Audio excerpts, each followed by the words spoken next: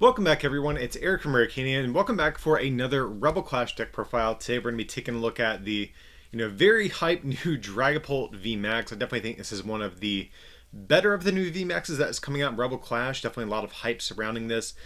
We just saw Takuya Yoneda win a tournament in Japan with this deck. So this is actually what this list is based off of. It's kind of like a slightly modified version of the list that he used to win that tournament. So that seemed like a really good starting place to start working from and iterating on. And this is also the same list that was featured in our recent testing rounds video. So if you guys want to see how this deck looks in action, I'll have a link down below in the description for you to check out some games with Dragapult VMAX. So let's get into it and see what this new Dragapult deck is going to look like. Of course, up first we have 4 copies of Dragapult V. That is going to be the pre-evolution, and does have some slightly relevant stats on it. 210 HP, 1 retreat, fighting weakness, fighting resistance, dark weakness. Weakness and resistance not too relevant on this evolution line right now at the time of filming, though you are weak to Obstagoon, so I guess that is somewhat notable. But the attacks here for the first one is going to be a Psychic Energy. It does 30 damage. And then the second one for 2 Psychic Energy is 60, plus 80 more if it was on your bench, became your active. So second attack is actually not too bad. It's actually technically stronger than the base damage from the VMAX. That's something to just kind of highlight really quick. But going on from there, we have 4 copies of Dragapult VMAX. So Dragapult VMAX, of course, is going to be the main attacker of the deck here. New VMAX Pokemon, which means, of course, it gives up 3 prizes when it gets knocked out, but it has 320 HP and 2 different attacks, the same attack costs on these as well.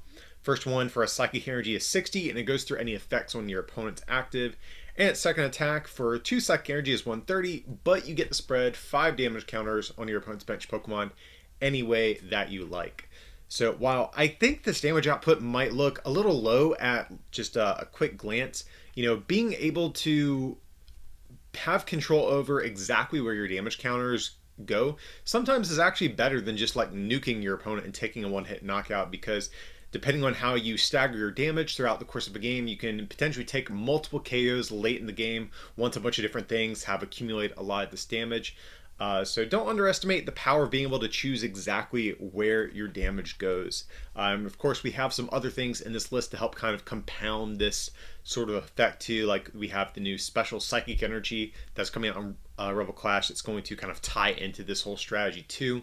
So there's definitely a couple of ways that Psychic has right now to kind of compound this sort of effect. And one thing I will point out, this might look like a really odd sort of line here. A lot of the VMAXs I think you would expect to see maybe like a 3-2 line or a 2-2 or 3-3 at the most. I think seeing a 4-4 is a little bit unconventional to how most people might be thinking. But for this Dragapult deck, like I said, this is based off of the list Takuya ended up winning with. And in this particular version, there's no backup attackers at all. We're going all in just on Dragapult VMAX. So we want to be able to draw into these pieces whenever we need them, since there's nothing else we can really fall back on as an attacker here. So, of course, this is going to be the star of the show that we're basing the entire deck around. So, next up from there, we have 3 copies of Jirachi, of course, for that Stellar Wish ability. You guys are probably plenty familiar with Jirachi at this point. So, Star Wish, just a fantastic ability. Jirachi is also a good pivot Pokemon for the base Dragapult V, because you can use Stellar Wish, look at the top 5 cards for your deck, get a trainer card, and then once you're done, you can actually retreat and potentially attack with the base form Dragapult. So that's a play that you do have access to a little bit more consistently than maybe some other decks without Jirachi might have. But Jirachi, of course, just going to be our main consistency boosting Pokemon. So up next from there, we have 1 copy of Galarian Zigzagoon. This is where the deck starts to get a little bit more interesting. So Zigzagoon here has this ability whenever you bench it from hand, you get to place 1 damage counter, one of your opponent's Pokemon. So it kind of ties into the theme. Like I said, we're choosing exactly where our damage counters are going to go. And as you'll see, we are running the new Scoop Up Net card from Rebel Clash. So we will be able to potentially pick this up over and over and reuse this if we need to. Up next from there, the next of our sort of like scoop up based cards that we have is going to be a Mewtwo. This is going to be the one from Unified Minds, but this is the promo art. So don't let the art throw you off. But this is the same one for Unbroken Bonds. My mistake, guys. Unbroken Bonds. But has that Mind Report ability. Whenever you bench it from hand, you get to put a supporter card from your discard on top of your deck. So this is actually kind of like a better form of Eldegoss V in this particular deck, just because we play a Rangaroo in this list as well, so we can potentially put a supporter on top of our deck, use a Rangaroo to draw that card as an example. And of course, with Scoop Up Net, we can reuse this over and over. You could potentially change this to Chatot from this set as well. Chatot is very similar, but the fact that this is treasure searchable and we have the Oranguru to easily get the supporter whenever we want it, I think Mewtwo might actually be better than Chatot, and of course Elgas as well in this particular list. And next up from there, this is actually where, one of my favorite new inclusions to the deck. This is going to be the Giratina from Unified Minds. So this Giratina, it's a card that really hasn't seen any play. It hasn't been very good up to this point, but I think this card gets substantially better. I think a lot of people are sleeping on it right now. So Giratina, it's a psychic Pokemon. Whenever you bench it from hand, you get to discard a special energy attached to your opponent's active Pokemon. So this is actually, I think, a much better ability than it previously was because special energies are finally getting good again. Right now we have Aurora Energy and Rainbow Energy in the current format. Aurora Energy is probably the more popular of the two, but thanks to Rebel Clash, we're actually getting 4 very good new special energies. We have the new Horror Psychic Energy, Speed Lightning, Twin Energy, and Capture Energy. All I think are very solid. And this in particular is a card I've included for the mirror match. Specifically, right now, I'm kind of assuming the Yoneda style build is going to be the more popular one in the early days of the Rebel Clash format, since this is kind of the list that has gotten the most attention. And Giratina is actually a fantastic card in the mirror match, just because this deck is very reliant on manual attachments, no Malamar, no, nothing like that. So if you can get rid of their energies, you can actually set them back, just because missing an attachment with this deck is pretty brutal sometimes. So with that and the Scoop Up Net to reuse this, Giratina, I think, has been a really cool inclusion I've made into this list. Up next from there, we have 1 copy of Fion. So Fion has that Whirlpool Suction ability. We can discard all cards attached to it if it's on our bench, and then put it at the bottom of our deck, and our opponent has to switch their active with one of their benched. So a lot of times what you'll be doing with Dragapult is you'll be spreading all your damage, and very frequently your opponent will try to attack you with a Pokemon that's heavily damaged. That way you can't spread, only a few damage counters to it to knock it out while doing a lot of damage to a fresh Pokemon. That's a strategy your opponent will frequently try to do. Fion will be great at getting around that. Not every turn you can play something like Boss's Orders. So Fion's another way you can, make your opponent have to attack you with something that you would prefer. Up next from there, we have 1 copy of Marsh Shadow. This is the one with the Reset Hole ability. So it says, once during your turn, you may, if it's on your bench, I believe, you can discard it. And then you can also discard a Stadium card in play. It does have the Red Knuckles attack as well. You can hit for more damage against Ultra Beast. But of course, the ability is the main reason we're playing this. This current list I have actually plays no Stadium cards. So this is our only way at actually doing that. And we're playing this over something like Chaotic Swell just because there's like 8 searching cards in the deck. So we theoretically have more outs to hitting this as opposed to like a one of Chaotic Swell or something like that. But I am actually open to changing this to a Chaotic Swell. I think that is definitely an option as well. Especially if your opponent is playing multiple Stadium cards. It really just depends on what Stadiums look like in this new format. We'll have a better idea, I think, in coming weeks to know what we might want to run in this spot. But for now, I think the Marsh Shadow is fine here. And next up from there, we have 1 copy of the Oranguru from Sword and Shield for that Primate Wisdom ability. Like I already kind of mentioned with Mewtwo, a popular play you can do is you can use Mewtwo, put a supporter back on top of your deck, then use that ability on Oranguru, and it says you can replace a card in your hand with the top deck of your deck. So it's another way you can see 1 additional card, or if you're going to play a research or something like that, of course you can put a card on top of your deck to kind of protect it from getting discarded, whatever it might be. So Oranguru, fantastic card, one of my favorites in the current format. And then just to round out the list, we have 1 copy of the Dene GX. For that Dene change ability, we can dump our hand and draw a fresh hand of 6. So if we play a supporter and we whiff that energy we need for turn, or our evolution, we can dig a little bit deeper with the Dene if we do need to. So that's the whole Pokemon line, guys. Going on to our trainer cards, we have 4 copies of Professor's Research in the deck, and we also have 4 copies of Marnie. This has been kind of a popular draw engine I think we've been seeing in a lot of decks, and we'll probably continue to see. Both these are among some of the best supporters that we have in the game right now. So of course, Research, just discard your hand, draw 7, and Marnie, both players shuffle their hands, put them at the bottom of their deck. You get 5, your opponent gets 4. So just a nice way to kind of disrupt our opponent as well if we choose to. Up next from there, we have 2 copies of the new Boss's Orders, one of the best new cards easily to come out of the new Rebel Clash set. So it's just a reprint of Lysander, as you guys are probably acquainted with by this point. You just switch your opponent's active with one of their bench Pokemon just to choose what we want to take knockouts on. You know, fortunate for us, like, we aren't as reliant on this as I think some other decks, just because we have the option to spread. But nevertheless, you know, we are largely a 2-shot oriented deck, so Boss's Orders is still going to be nice at cleaning up some of those knockouts sometimes.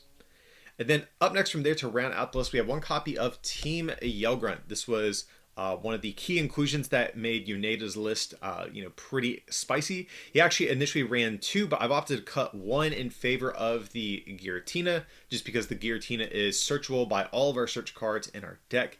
And specifically, again, in mirror matches, you can actually go Yellgrunt and Giratina to remove 2 energies from play and prevent them from being able to attack you with their own Dragapult.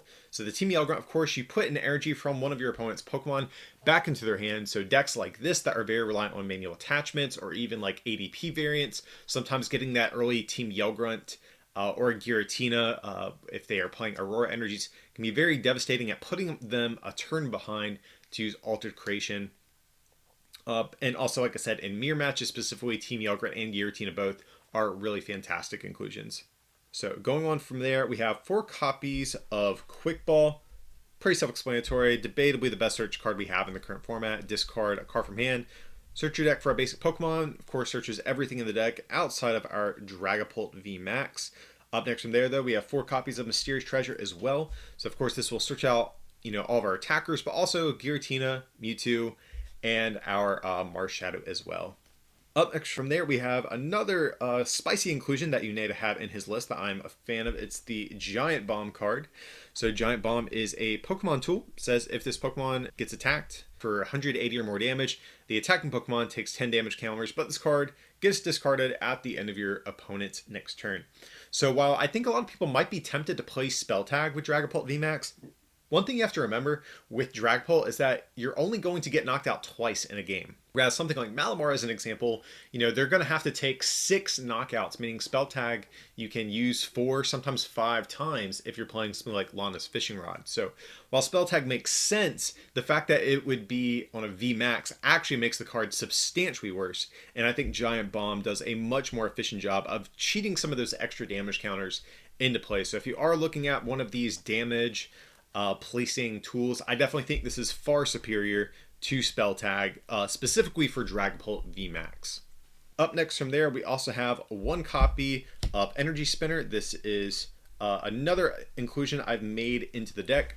So one of the big things with this deck in particular is because we aren't playing something like Malamar, we cannot afford to whiff a manual attachment with this deck. We absolutely have to attach an energy every single turn with this deck, because if we fall behind on that, it can sometimes be the difference between getting off and attack. So I've opted to include Energy Spinner just because this is effectively a way we can hit energy off of a Stellar Wish. Without this, we are going to be reliant on just our supporters or a Rangaroo or Dedenne. This actually could become a Viridian Forest theoretically as well, but Viridian, I think, will probably give our opponent maybe too much advantage. I think Energy Spinner is kind of fine here, but Viridian is a consideration if the format does look to progress in a way where we need counter stadiums. But for right now, I'm preferring the Energy Spinner route. So up next from there, we have 4 copies of the new Scoop Up Net, one of the most insane cards to come out of Rebel Clash, I think, easily one of my favorites. But it's actually kind of like the old Scoop Up from going back to base set, very similar. But it's an item card here. It says you may put one of your non-Pokemon V or GX back into your hand, and you discard all the cards attached to them in the process. So what this means is we can reuse things like Zigzagoon. We can reuse Mewtwo, Giratina, even Jirachi. You can do like really cool plays where you Stellar Wish, you Scoop Up Net into another Jirachi with a skateboard, Stellar Wish, retreat into that same Jirachi you used earlier, and sometimes will allow you to get these extra Stellar Wishes. Kind of unfortunate we can't get Dedenne back, but that is honestly pretty fair. That'd probably be a little too good if that was the case. But yeah, just very, very good with all of these coming into play abilities and strong abilities that we have on our one prizers in this deck. We have 3 copies of Switch just to give us even more mobility.